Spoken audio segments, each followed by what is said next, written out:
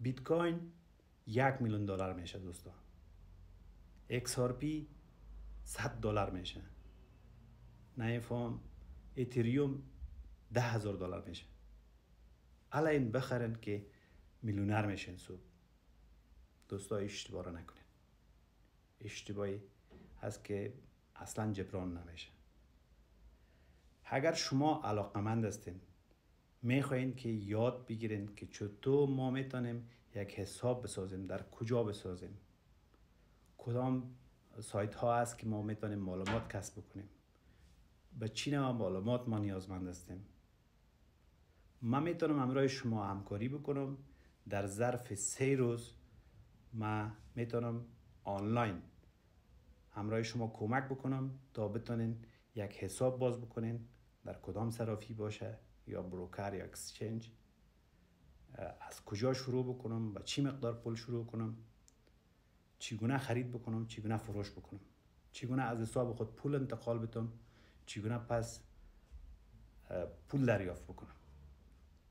اگر خواسته باشین که به شکل ابتدایی فقط و فقط یک خرید و فروش انجام بدین بدون از این غوغایی که دوستا در سوشال میدیا میندازن که این ارز بخرین $100 100 برابر میشه، ایره بخرین 1000 برابر میشه، هیچ وقتی فریب نخورین.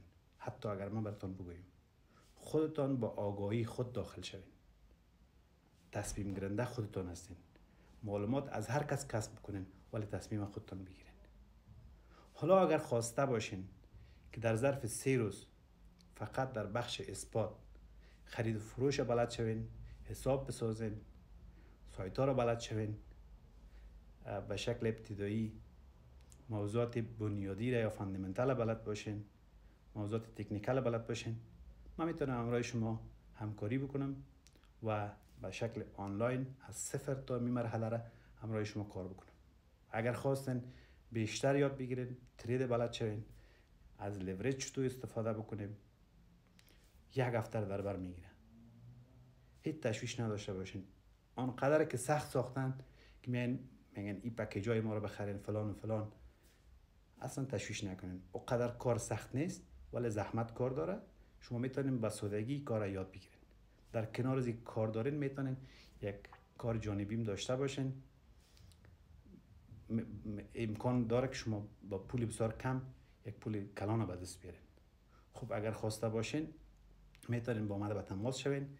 لینک تلگرام در پروفایل گذاشتیم، شما میتونین درخواست بدین یا شماره واتساپ تان در کامنت ذکر بکنین، من همراهتان در تماس میشم یا پیام شخصی بگذارین.